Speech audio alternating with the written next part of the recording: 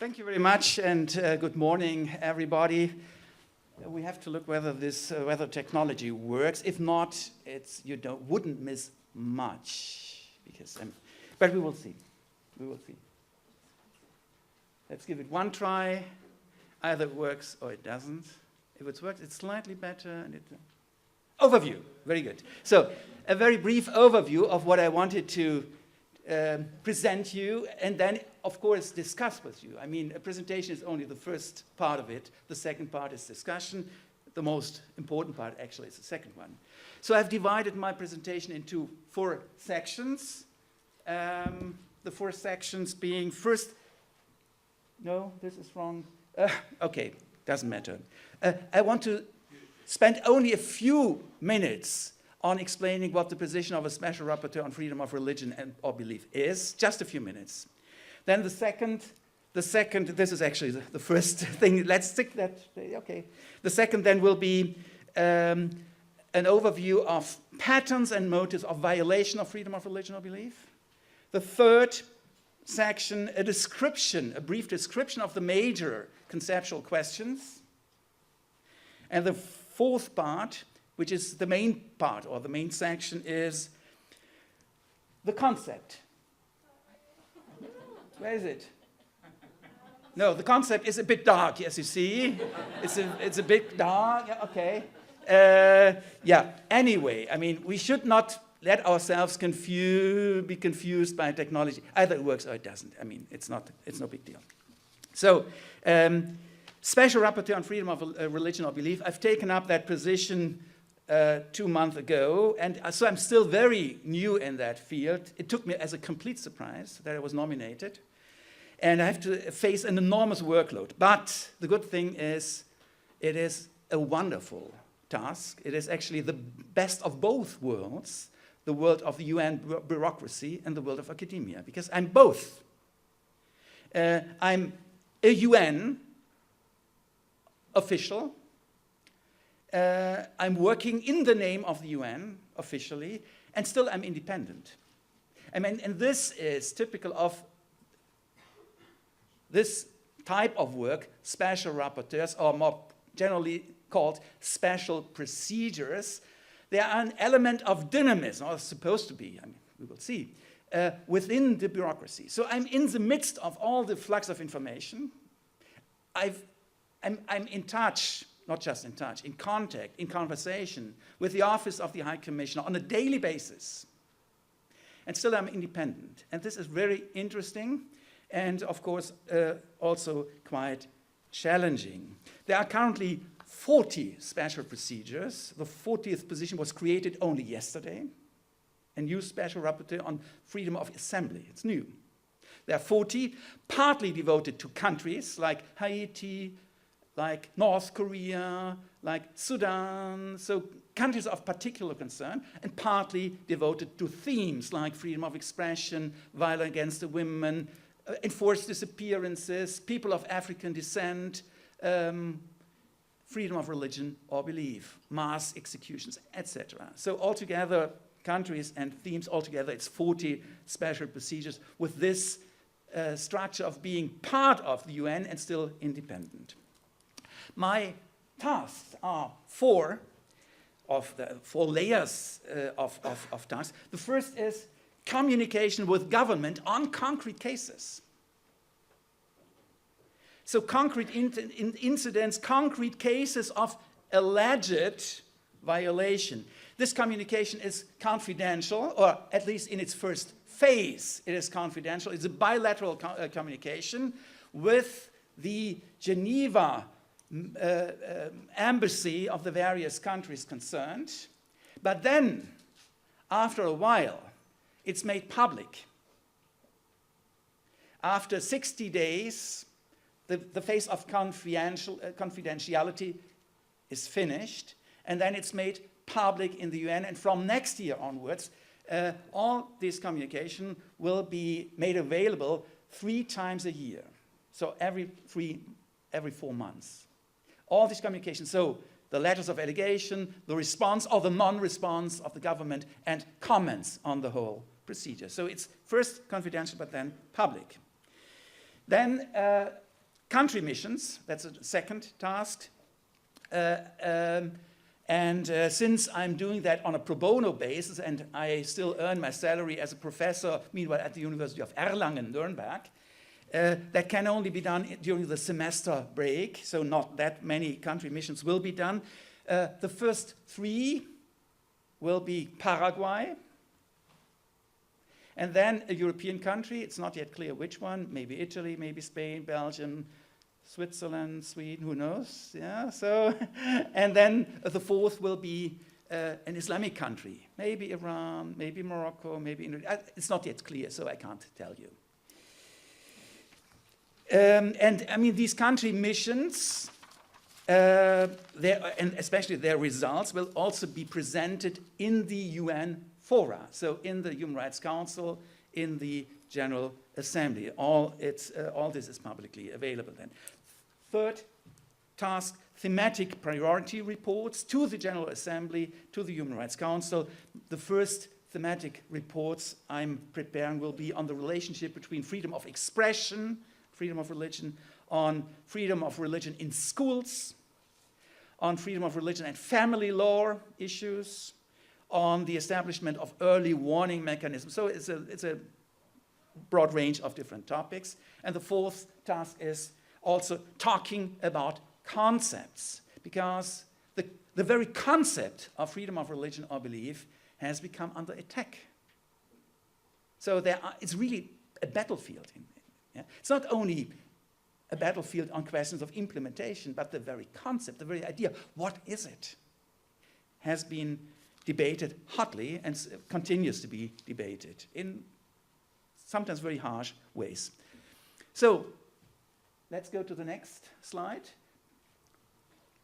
As I said, my task also refers to individual cases, and since they are treated in a spirit of confidentiality, at least in its first phase, I can't disclose what I'm working on. But what I can tell you is there is a shocking degree of hatred. It's unbelievable. If you really go into the cases, the incidents, it's breathtaking.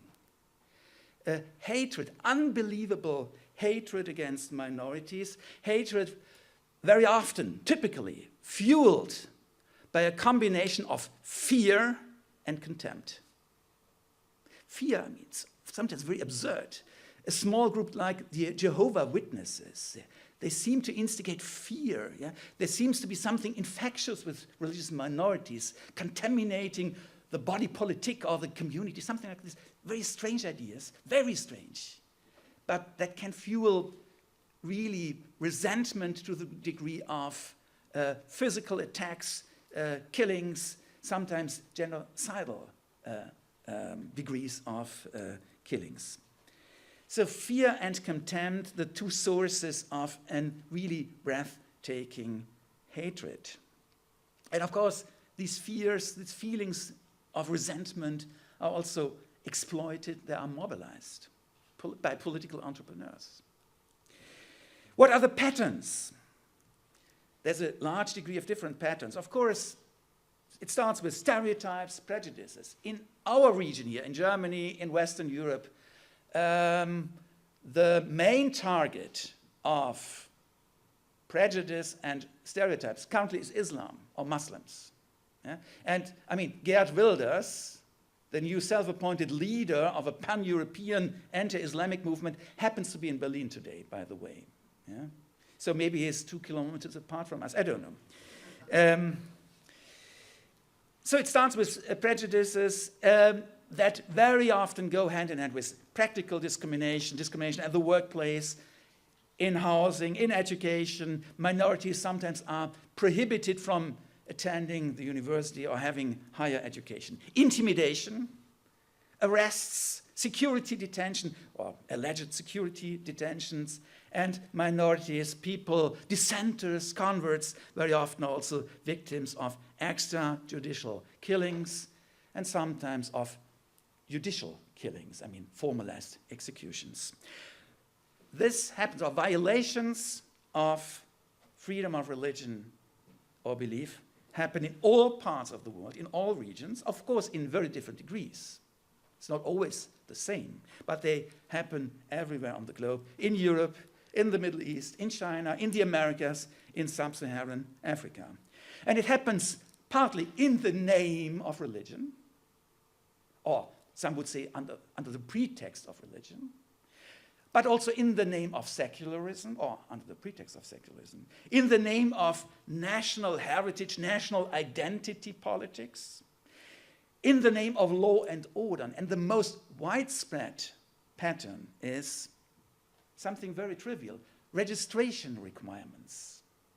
I mean, 2/3 of the countries in this world have onerous bureaucratic registration requirements. So people who want to practice their religion, they first have to register, they have to fill forms, they have to answer all sorts of questions about their members, about why they want to assembly, about how often, about financial resources, and I mean, so many things. And once there's an error, that can be the pretext to closing the place down, to confiscating money, and this happens all over the place. 2/3 of the countries have really registration procedures, not in order maybe to give extra benefits to religious communities. Okay, that would be a legitimate purpose to say, okay, in order to have tax exemption, of course you have to fill some forms. Yeah? That is something that the bureaucracy naturally and legitimately is interested in. But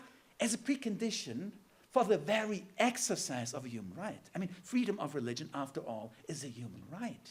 Yeah? So its very exercise, its enjoyment per se, cannot be dependent on prior registration processes. But this, I mean, it's the most widespread pattern. Victims, very different groups of victims: Jews, Christians, Muslims, Hindus, Baha'is, members of traditional religions, atheists, people who don't care about religion, minorities such as Ahmadis, or maybe the most frequently persecuted group, the Jehovah's Witnesses. So very different groups. Let's go to the next slide. Conceptual questions. As I already mentioned briefly in my opening, freedom of religion is a hotly debated topic in different fora of the UN, for instance, in the General Assembly or in the Human Rights Council. And freedom of religion has become under an enormous pressure. And that's why conceptual questions, and my main section, number 4, and the last one, will actually deal with the concept of human rights. But these conceptual questions are not just academic ones. They are not academic questions, but they have an immediately practical relevance also. And to confine myself to be very short, in order to spare time for an interactive dialogue with you, I just pick up maybe 2 of the major conceptual questions. The first around the concept of neutrality, which is a somewhat slippery concept. There are voices in Europe, I mean, it's not the European states, but there are voices, political voices in Europe, advocating an understanding of neutrality such that the public space is generally purged of all presence of religion, of all visible religious symbols. So headscarves, crucifixes, burqas, okay, that's a special thing. Minarets should be all eliminated from the public space, at least in state-run institutions. I will come back to the concept of neutrality later on. It can be a meaningful concept, but it can also be used, can also be invoked or abused in such a way that it really does away with the presence of religions in the public space. So this is one battlefield. So around the concept of neutrality, and then another one, a second one, is around resolutions repeatedly tabled, especially by the Organization of Islamic Conference, currently headed by Pakistan, resolutions on combating defamation of religions. I mean, these resolutions have been in the UN debate for more than 10 years now.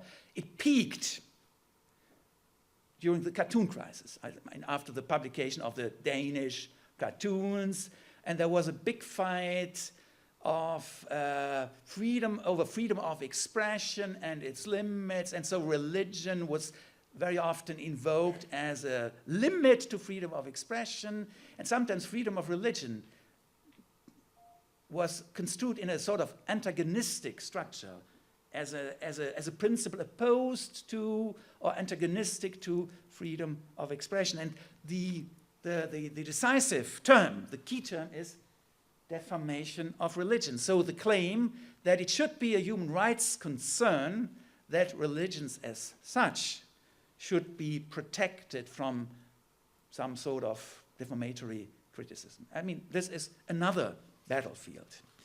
And you see, in both cases, I've added a question mark because I didn't want to disclose immediately what my position is. And now let's go to the last slide and to the main. No, there's no. It disappeared. Oh, it's a dark one. Okay, then let's keep it in the dark. Let's keep it in the dark because, okay, I wanted to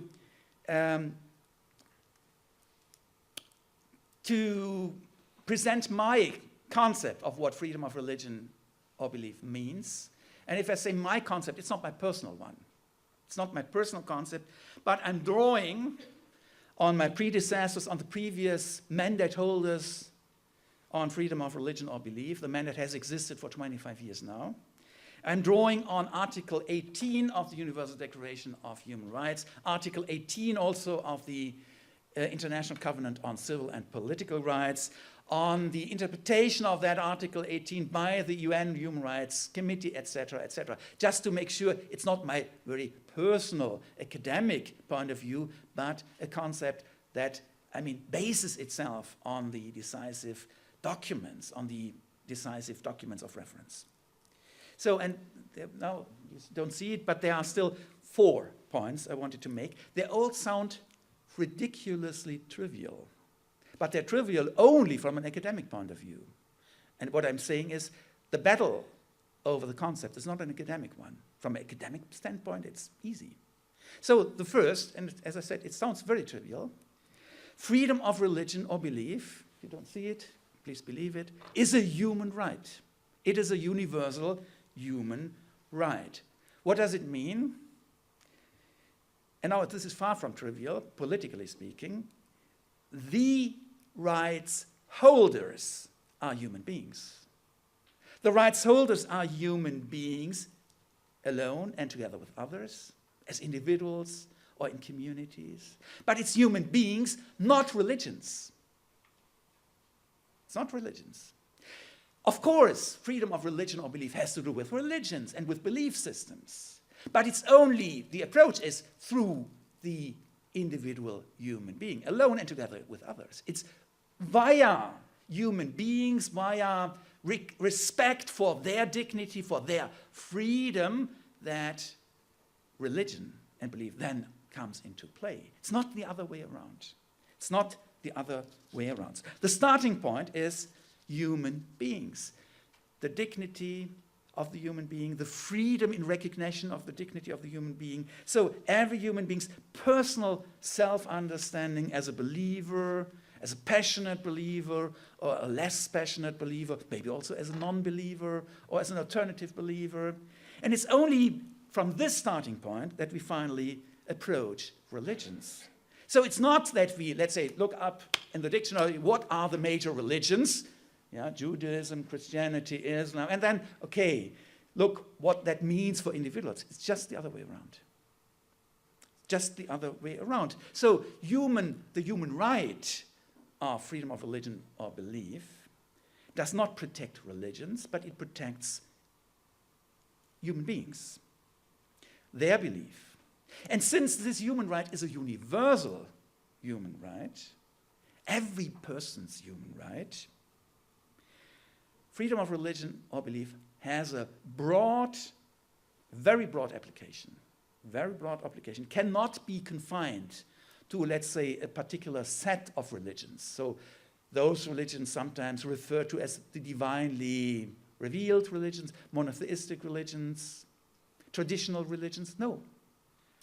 The starting point is human beings, what they think, what they feel, their search for meaning, their self-understanding.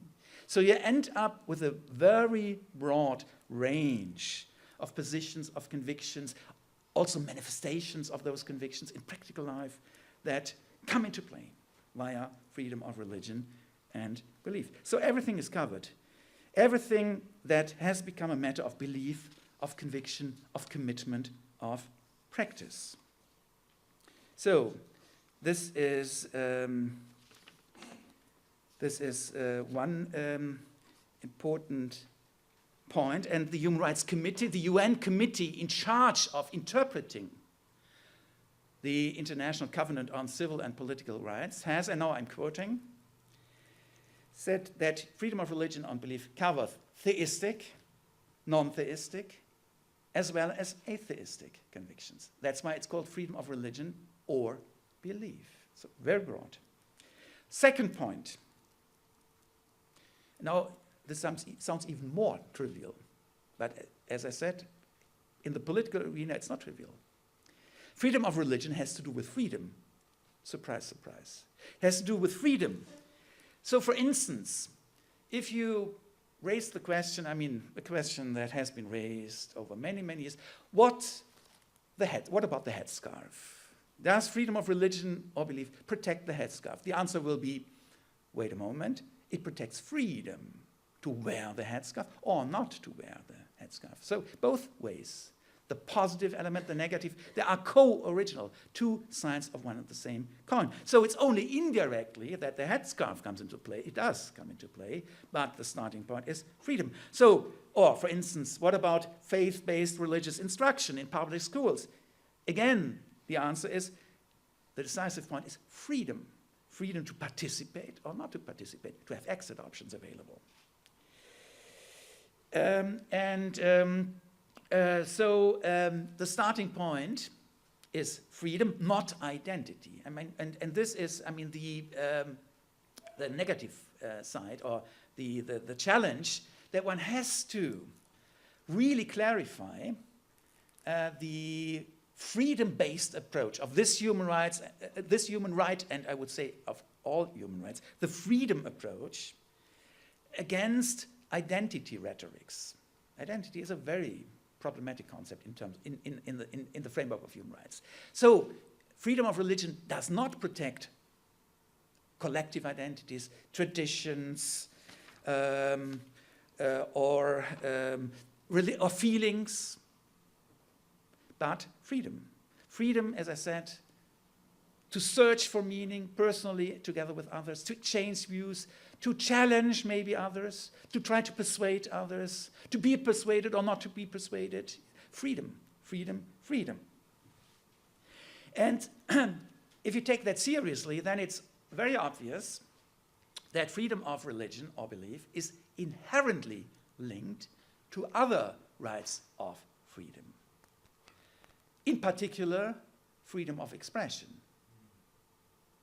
Again, this is far from trivial, because now the real battle is, as I briefly mentioned, how do these two freedoms relate? Freedom of religion, freedom of expression. And it's often construed in such a way that freedom of expression should be limited by freedom of religion. But if it's construed in such an antagonistic way, the freedom aspect of freedom of religion, the very essence of it, can evaporate or can become marginalized. Yeah? This is a real danger, and that's why we have to stick to that. For all the conflicts that can arise in the human rights framework, it's not so easy with the interrelatedness and indivisibility of human rights. There are conflicts, there are tensions. The spirit of these rights, freedom of religion or belief, freedom of expression, freedom of assembly, is one and the same. The general direction is one and the same. And so they must be kept together. And only on this basis, then we have of course, we have to go into the details, and whenever you go into the details, things get more complicated. But the basic philosophy is they are inherently linked. Because otherwise, if you play off freedom of religion against freedom of expression, you end up not having freedom of religion. You have something else, maybe the freedom of religions as collective units, or the freedom of their authoritarian spokespersons not to be challenged, not to be what they would call offended. But this would be something else. Then in the very end, freedom would just be a label, would lose its meaning, would lose its critical barb. Okay, so now the third point of the concept of freedom of religion and belief is maybe less trivial on the surface. It's equality. It's equality. All human rights are not only rights of freedom, but they're also rights of equality. And to put it in a nutshell, simply let's remind ourselves of the famous, frequently cited first sentence of the first article of the first international human rights document, the Universal Declaration. You all know it by heart, I guess. All human beings are born free and equal in dignity and rights. Free and equal in dignity and rights. So the dignity of all human beings is one and the same, it's equal. And the basic rights, the elementary rights deriving from that dignity or from respect for dignity should be the same for everyone. So, like all human rights, also freedom of religion or belief as a human right has an egalitarian aspect. And in practical terms, it's the claim to non-discrimination. Equality is spelled out as non-discrimination. So, taking freedom of religion or belief seriously means we have to fight against discrimination, especially in this context against discrimination based on, for instance, the distinction of traditional religion, new religion, traditional majority religion, minorities, dominant religions, and maybe also merely tolerated religions, center the margins. So fighting for non-discrimination in practice means giving special attention to religious minorities. In many countries, the situation is exacerbated by the fact that very often religious minorities are also ethnic minorities. Ethnicity, religion very often overlap, and that's why minorities often face a sort of attitude that can amount to racism. There's racism also in dealing with religious minorities. Still, we should be careful to keep to be aware of the difference between ethnicity and religion. That is also one of the big conceptual questions, that sometimes ethnicity and religion are mixed conceptually, and this leads to a lot of dangers, because the element of free choice, free orientation, search for meaning, then can get out of sight, which itself then has repercussions, negative repercussions for the freedom approach of freedom of religion or belief. Now, the very last bullet point is neutrality. Sorry, I didn't. The very last bullet point, neutrality. So let me repeat the first three ones: universal human right, right of freedom, right of equality, neutrality. Neutrality is a source of confusion. There is a meaningful understanding and a less meaningful understanding of neutrality. Let me start with the meaningful. Neutrality can be understood as a fairness principle. This would be my approach. A fairness principle,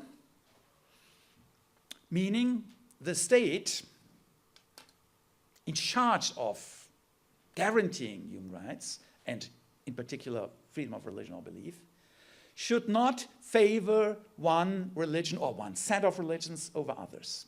The state should not be biased. The state should not simply identify its essence, its legitimacy with one religious tradition at the expense, to the detriment of others.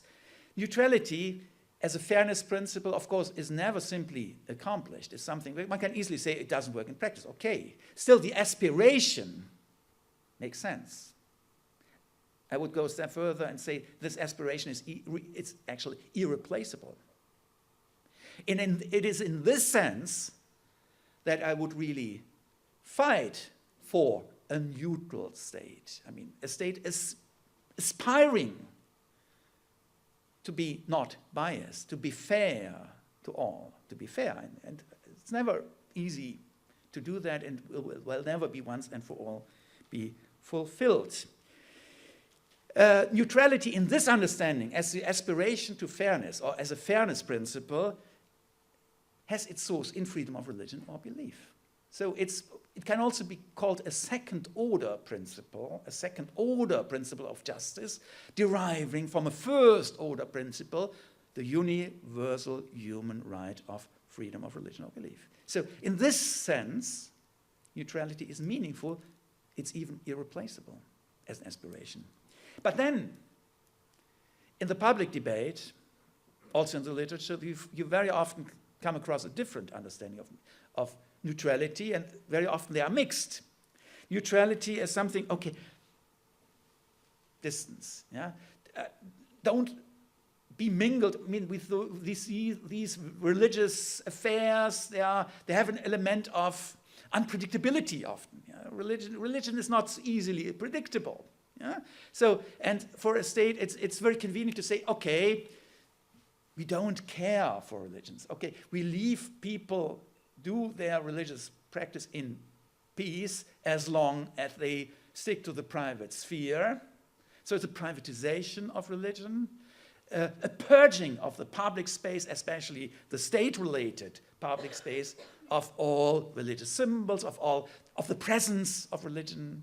Yeah? And this neutrality as not touching, as sterile separation, or as not caring, can easily take on a repressive flavor. And this, I mean, we can observe this also in discussions in Europe. And one element is, for instance, the headscarf debate, removing all headscarf, removing all crucifixes, maybe even the minarets. Yeah, that, I mean, sometimes under the pretext of neutrality. And it should be clear that this is a completely different understanding of neutrality than the one I sketched out 2 minutes ago. So, must be all very clear. Now to conclude with 1 or 2 sentences, freedom of religion or belief is a fascinating subject. A lot needs to be done, I can tell you, if you really go into the cases, the incidents all over the world. A lot needs to be done. But it can be done only on the basis of clarity, and that's why the conceptual questions are not merely of academic relevance, they are immediately practically relevant as well, and that's why I'm looking forward to have a discussion. Thank you very much.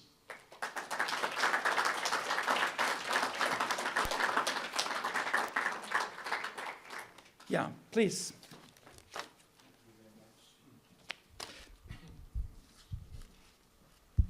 Alan Berman from Australia, and I have to confess, the United States as well. So I wanted to... Lucky guy you are! I wanted to With 2 ask passports. you a question. Yes. Because in the United States we have a Bill of Rights which includes freedom of speech. Yeah. In Australia we do not have a Bill of Rights, although we have a few rights scattered throughout the Constitution, including a non-establishment clause and a free exercise clause, which has been interpreted by the High Court very restrictively. Within the last month or so, there was the situation with the idiotic pastor who had a following of 30 individuals and proposed to burn the Quran in Florida. And there's someone here who deals with the media, and it created such an uproar.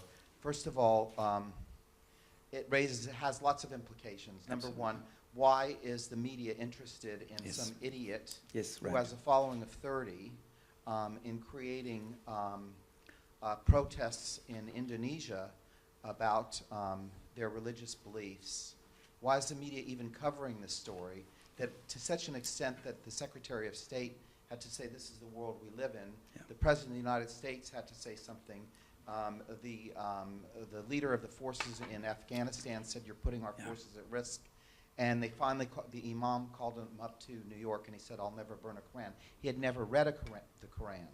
And I say to myself, because we've just had a debate in Australia on whether we should adopt a Bill of Rights. They had a national consultation process, and they recommended that we adopt a statutory rather than an entrenched Bill of Rights, and the government rejected it and decided no Bill of Rights at all. And in this context, I'm sort of conflicted, because I think that in that situation, freedom of expression, we have anti-vilification laws. That person who burnt the Quran could have been held liable under our anti-discrimination laws for a religious vilification, for inciting hatred towards a religious group, because we don't have a right to freedom of speech. So I'd like to know your views on this. Yes. Yes. Yeah. Maybe to start with the Quran, burn a Quran Day, as it was staged, and luckily didn't take place. In most European countries, we do have constitutions, we do have bills of rights, but the limitation regulations are different from the US. And if you look at international human rights documents, such as the European Convention for Human Rights or the International Covenant on Civil and Political Rights, Article 19, freedom of speech, freedom of expression is not unlimited. Of course, the burden of proof, if you want to limit, is on those who argue in favor of limitations. So limitations must be prescribed by law, cannot be done simply at the discretion of the administration, must pursue a legitimate purpose, must be proportionate. So there are some, it's cautious. But then, following Article 19, there's Article 20, which in the International Covenant on Civil and Political Rights, which explicitly says incitement to hatred that might lead, or is meant to lead, to real discrimination, to real damage, violence, is not legitimate. And can even, and this, I mean, can even require criminal prosecution, hate speech. The threshold must be very high, because if you look around the world, there are many states who argue, okay, in order to have peaceful relations or harmony, please don't offend, and then that can very easily have a chilling effect on freedom of speech. It's a very sensible subject. The threshold must be high, but still, there is a possibility to say freedom of speech is good, it's necessary, it's the vital center of a democracy, it's the life of democracy, it's via discourse, but some use of discourse by which others are not respected as members of discourse anymore. They are at least symbolically eliminated by means of very strict insult, by very harsh offenses, in the sake of discourse itself cannot be legitimate. Yeah? And the best way of redeeming, of rectifying that is to have a sense, and that raises the media question, of what is fairness, what is unfairness, that the media itself, those engaging in discourse have a sense that we should not leave freedom of speech to the self-appointed heroes of political incorrectness, the Geert Wilders type. I mean, he claims freedom of speech, but he has a party in which he's the only member, so he is not the advocate of democratic discourse. One has to be very clear. Yeah? So to rectify that by being aware in the medium of discourse itself is the best way. But then still, as a last resort, criminal prosecution can come into play. The threshold must be high, but still it is a possibility. Yeah? So European states are in that regard different from the US. And the US actually has entered a reservation to this Article 20 of the International Covenant on Civil and Political Rights. Yeah? Yeah, media. I mean, why? That's a question. Why did they make such a fuss about this stupid, strange, crazy person? Yes, right. Yeah, yeah. I have no answer. Maybe to make the question more complicated, I'm not only refraining from the answer, but I'm going to make it more complicated. I've been wondering, for instance, to give a very different example, why Geert Wilders, with his film Fitna, did not succeed. Perhaps you remember when he presented that film simply equating Islam with terrorism. He had announced that 6 months previously. Okay, now it's going, now the clock is ticking, the film will be shown in 3 months, in 2 months, in 1 day. Wow, nothing happened, or very little happened. The media did not jump on it, interestingly. Quite interesting. Why not? I'm wondering, I don't have the answers. But this is a positive example where it was only, I mean, everyone knew it would happen, but politicians had spoken out very clearly against it, European politicians. Unlike in the cartoon crisis, they were very clear, this is not helpful. It's even if we don't threat criminal sanctions, it is not helpful. Don't do it. The media were impressed. They didn't jump on it. Of course it was shown, but only in the internet as a sort of private YouTube version. Yeah? It's not the big thing. Yeah? So this is a positive example. But I don't have the answer. My name is Sarah Imani. I'm a PhD student in legal theory of international law, and my question refers to the concept of neutrality. And I would like to know what you think such works as those of Habermas and Rawls can contribute to clarify or define the concept. Oh, yeah. Actually, I like Habermas better than Rawls. I also like Rawls, but I mean, Rawls, with the veil of ignorance, has made his own life very complicated, because everyone, or many people, would, why should we be ignorant? Okay, it's not meant this way. It's a metaphor, but a somewhat misleading metaphor for neutrality. But it's only a negation of the negation. I mean, it's a very roundabout way. Still, you can learn something from Rawls, but I mean, the metaphors he uses really gives rise to a lot of confusion. And Habermas,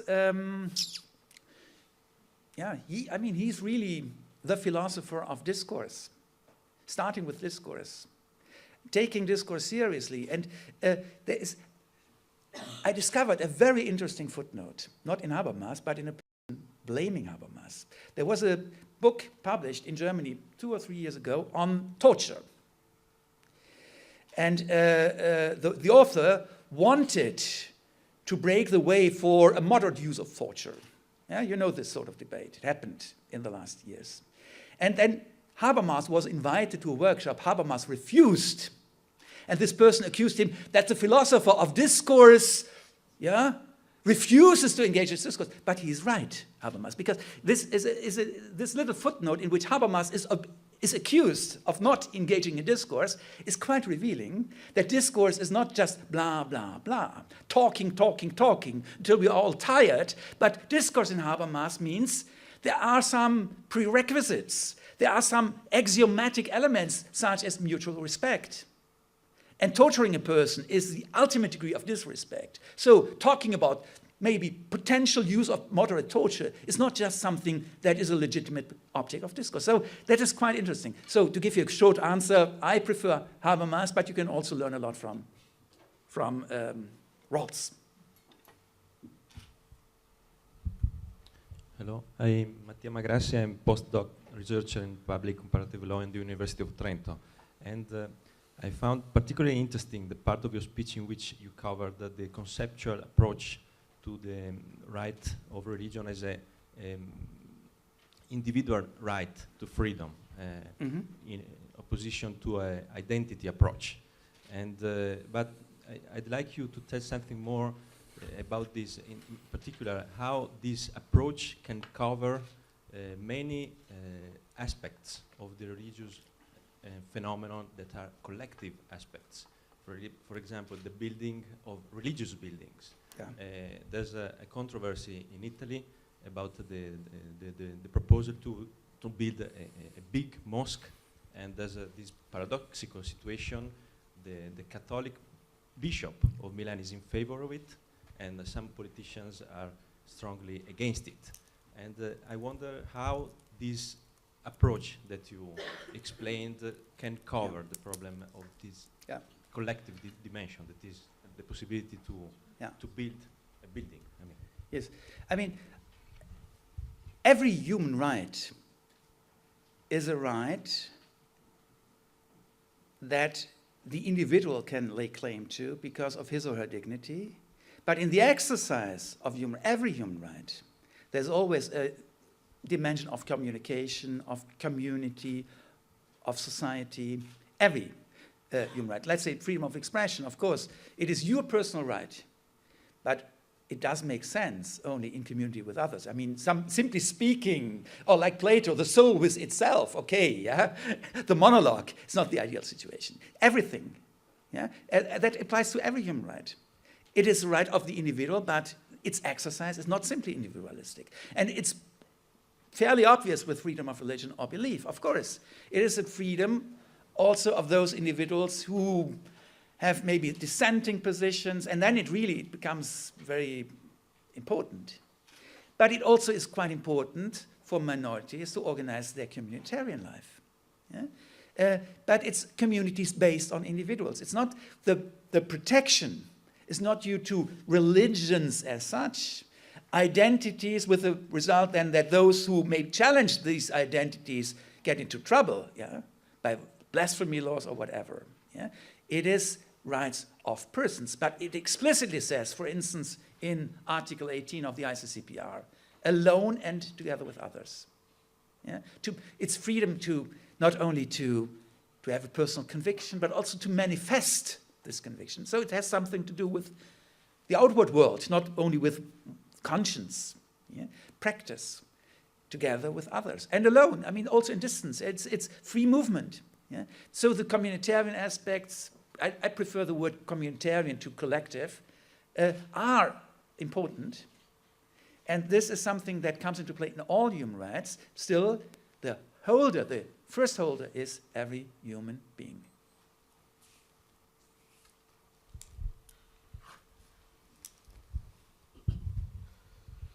Morning, Professor. Good morning. I come from a country, Malaysia, where you have the three major religions. Yes. Where the majority practice Islam, Yeah. Buddhism, and Christianity. Yeah. We have to practice religion. That's a right. Yes. But in the process of practicing, we must also be aware of other religions. So in this country where I live, where I was born, we have a very unique example how various religions can stay together. Yeah. If you come to my country, you have lots of minarets, Yeah, no.